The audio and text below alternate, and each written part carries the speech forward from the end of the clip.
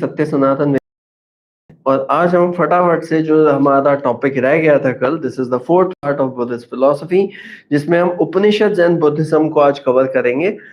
कितना कर पाते हैं? The Upanishad had discovered that the true self was Anand, bliss.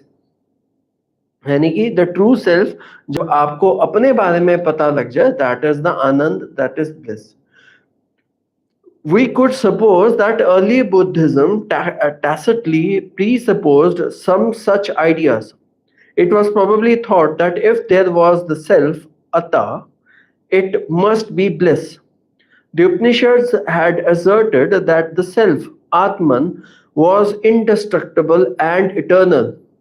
It, if we were allowed to make explicit what was implicit in early Buddhism, we could conceive it as holding that if there was the self, it must be bliss, because it was eternal. This causal connection has not indeed been anywhere definitely pronounced in the Upanishads, but he who carefully reads the Upanishads cannot but think that the reason why the Upanishads speak of the self as bliss, as that it is eternal, but the converse statement that what was not eternal was sorrow, does not appear to be emphasized clearly in the Upanishads. The important postulate of the Buddha is that which is changing is sorrow, and whatever is sorrow is not self. The point at which Buddhism parted from the Upanishad lies in the experience of the self. Upanishads doubtless considered that there were many experiences, but we often identify with self, but which are impermanent. But the belief is found in Upanishads that there was associated with these a permanent part as well, and that it was this permanent essence, which was the true and unchangeable self, the bliss. They considered that this permanent self as pure bliss could not be defined as this, but could only be indicated as not this, neti neti. But the early Pali scriptures hold that we could nowhere find out such permanent essence, any constant self in our changing experience. All were but changing phenomena, and therefore sorrow, and therefore non self, and what was non self was not mine, neither I belong to it, nor do it belong to me as myself. देखिए, suppose मैं अपने आप को जान लूं, basically आप अपने daily life के जीवन से अगर आप रिलेट कर पाएंगे तो it will be very clear. अगर आप ये देखते हैं कि whenever you are depressed or you need someone to talk, तब आप नई नई चीजों को ढूंढते हैं. You either do over shopping, you either overeat, you either do whatever things that is needed.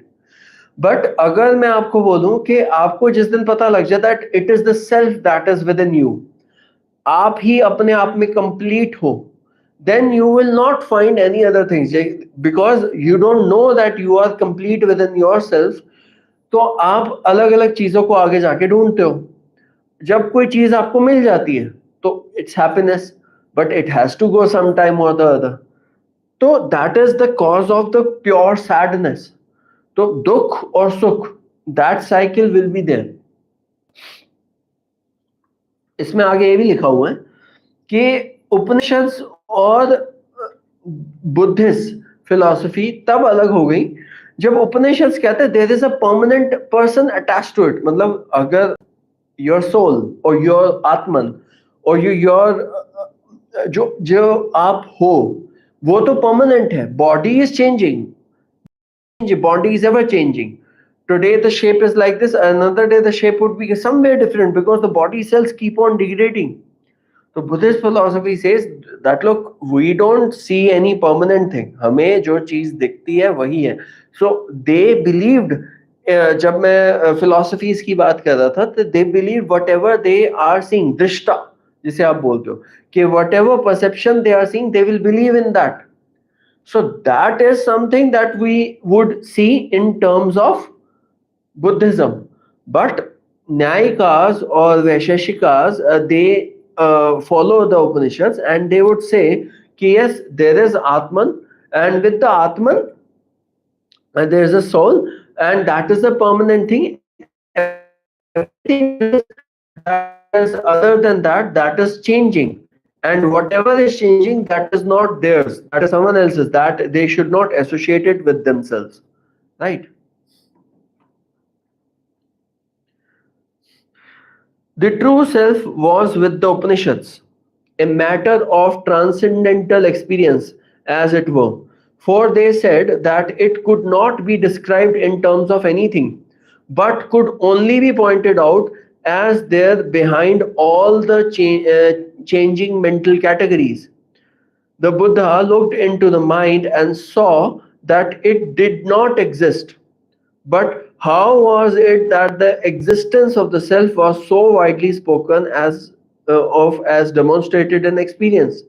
To this, the reply of the Buddha was that what people perceived there when they said that they perceived the self was but the mental experience of either individually or together. The ignorant ordinary man did not know the noble truths and was not trained in the way or of wise men, and considered himself to be endowed with form, rupa, or found the forms in his self, or the self in the forms.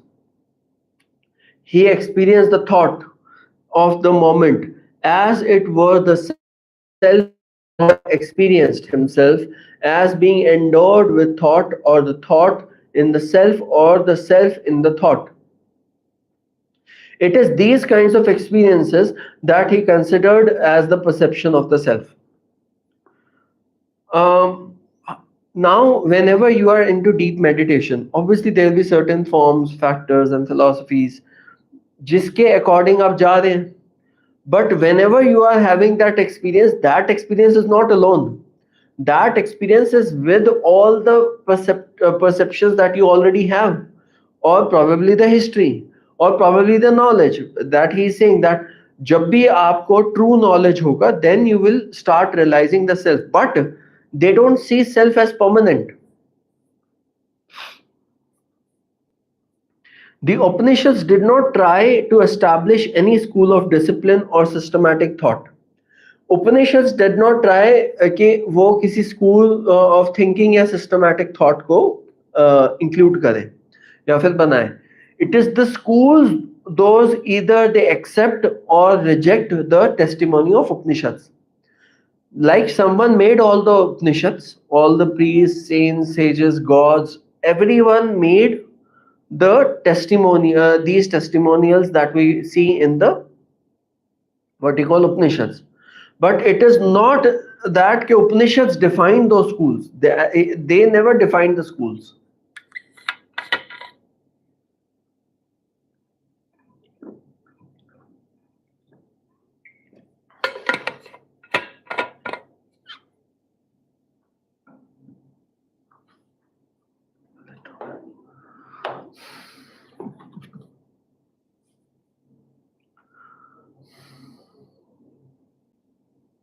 They revealed throughout the dawn of an experience of an immutable reality, as the self of man as the only abiding truth behind all changes. But Buddhism holds that this immutable self of man is a delusion and also false knowledge. The first postulate of the system is that impermanence is sorrow. Ignorance but about sorrow, ignorance about the way it originates, ignorance about the nature of the extension of sorrow, ignorance about the means of the bringing, about the extension representing the fourfold ignorance avijja. So Buddhism postulated that आपको अगर किसी एक की knowledge नहीं है, obviously that will remain untrue to you. जैसे suppose मैं in even in geopolitics में what ever fights and various other things that happen, they that happen because they have two phases. One is the phase that they want to show to everyone, and because they feel that people who are seeing the news, they will believe as it is, they will not question the testimony, or they will not try to comprehend as to why that thing is happening. Two countries fighting a war without any reason, that is not the case every time. There is something else that meets the eye. There is something hidden behind that. So that can be taken out with the help of questioning only. Otherwise, whenever there is no such solution, or whenever there is no such relation with that, in that case many people would say अच्छा ये तो हुआ ही नहीं था, क्योंकि आपको अज्ञानता है, आपको ट्रू सेल्फ का पता ही नहीं है, आपको वो ट्रू स्टोरी नहीं पता है जिसके बेसिस पे आप कह पाओगे कि हाँ दिस वुड हैव हैपेंड. तो ये जो फोर फोल्ड इग्नोरेंसेस हैं जिसको अविज्ञा बोला गया, अविज्ञा, AVIJJA, अविज्ञा. The avidya, which is equivalent to the Pali word avidya, occurred in the Upanishads also, but there it means ignorance about the Atman doctrine, and it is sometimes contrasted with the vidya or true knowledge about the self. Upanishads mein obviously they accept the doctrine of Atman, but that is why the entire knowledge is about the Atman. You don't know about the Atman, that is avidya, and you know about the Atman, that is vidya. But that is not the same case with Buddhist philosophies. In Buddhist philosophies, Atman, the word Atman is related to the knowledge about all the other things but Atman, as they do not accept the testimony of Atman. With the Upanishads, the highest truth was the permanent self. All was change, and all change and impermanence was sorrow. This is then the cardinal truth of Buddhism, and ignorance concerning it in the above fourfold ways represented the fourfold ignorance which stood in the way of the right comprehension of the fourfold cardinal truth, Arya Satcha. Sorrow, cause of the origination of sorrow, extinction of sorrow, and the meant thereto. There is no Brahman or supreme permanent reality, or and no self. And this ignorance does not belong to any ego or self as we may ordinarily be led to suppose. Thus, it is said in Vishuddhi Magga, in as much, however, as ignorance is empty of stability from being subject to a coming into existence and a disappearing of existence, and is empty of the self determining ego from being subject to dependence, or in other words, in as much as ignorance is not an ego. And similarly, with the reference to karma and the rest, therefore, is it to be understood of the wheel of existence that it is empty with the 12-fold emptiness.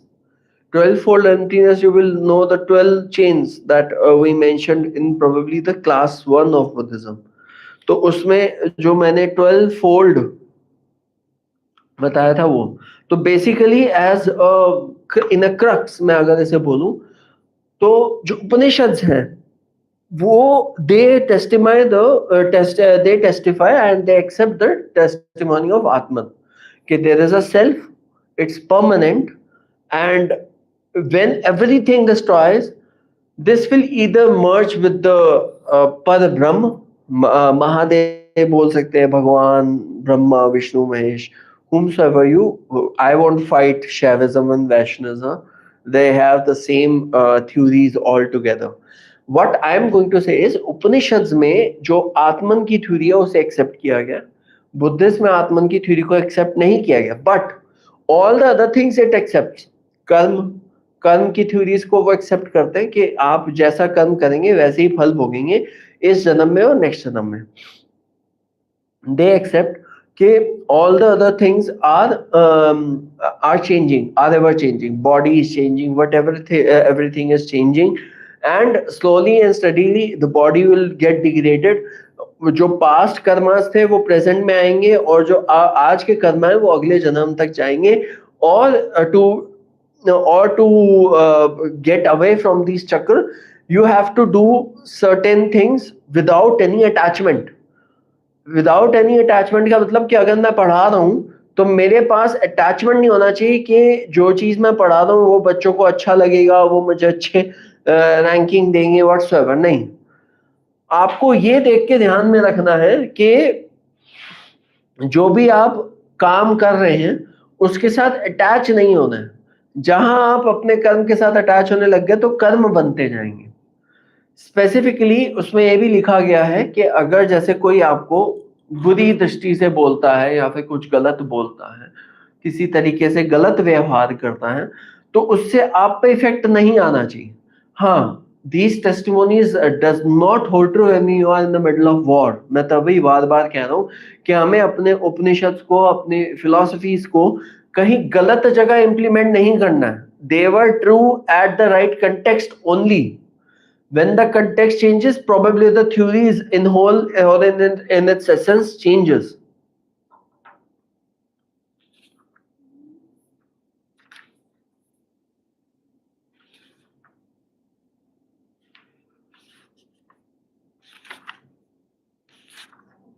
Okay.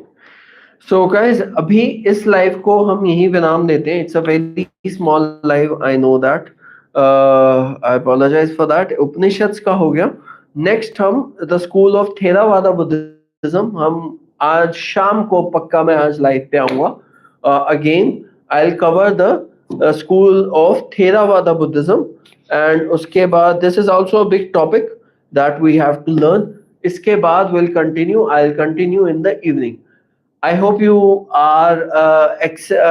are liking these video series. थोड़ा सा up and down हो रहा है but I will make sure कि ये धीरे धीरे करके स्टेबल हो जाए. If you like this video, please kindly like, share and subscribe to my channel and see you guys in the evening. Pakka. Jai Shri Ram.